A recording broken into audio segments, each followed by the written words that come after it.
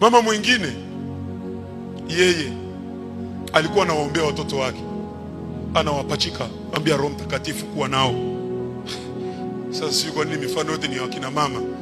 Roho Mtakatifu kuwa na wanangu hawa. Sasa mnisikilize kwa makini nyinyi mama. Sasa siku moja mtoto wake alipokuwa shuleni,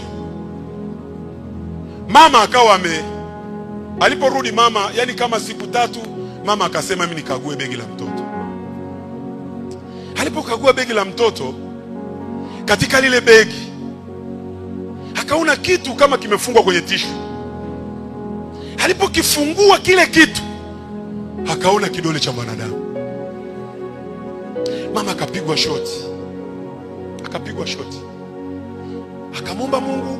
Afu baada ya hapo akamuita yule mtoto, akamwambia, mwanangu, huku kwenye begi kuna kitu chochote ulipewa na mtu? Akafikiria, akasema, Mom, it was last week. Hebu niambie. Anasema last week walikuja watu kwenye shule yetu, na hao watu walikuwa wanatangaza biashara, lakini wakatupa zawadi ya keki.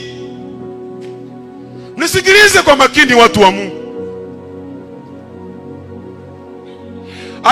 Alipotoa zawadi ya keki, mimi nilikuwa nimeshiba. Kumbuka mama yake anamwekea mikono kila asubuhi. Yaani ile shibe ilikuwa ni ya Roho Mtakatifu. Yule mama akaanza kuomba, akasema, ikawaje? Akasema, baada ya hapo nikasahau. Mama, nipe keki yangu mama. Mama, umekula keki yangu mama. Mama, iko wapi keki yangu mama? Umekula keki yangu. Sasa kwa kuwa ni mtoto mdogo, hata mama mwambie hawezi kuelewa. Akamwambia, mwanangu, ile keki imeharibika, kuwa na amani mwanangu. Ndipo mama akaingia chumbani, akaanza kutembea kwa magoti, akasema, Roho Mtakatifu, sitakuacha kwa ajili ya mtoto wangu. Watoto wengine wote wamebugia.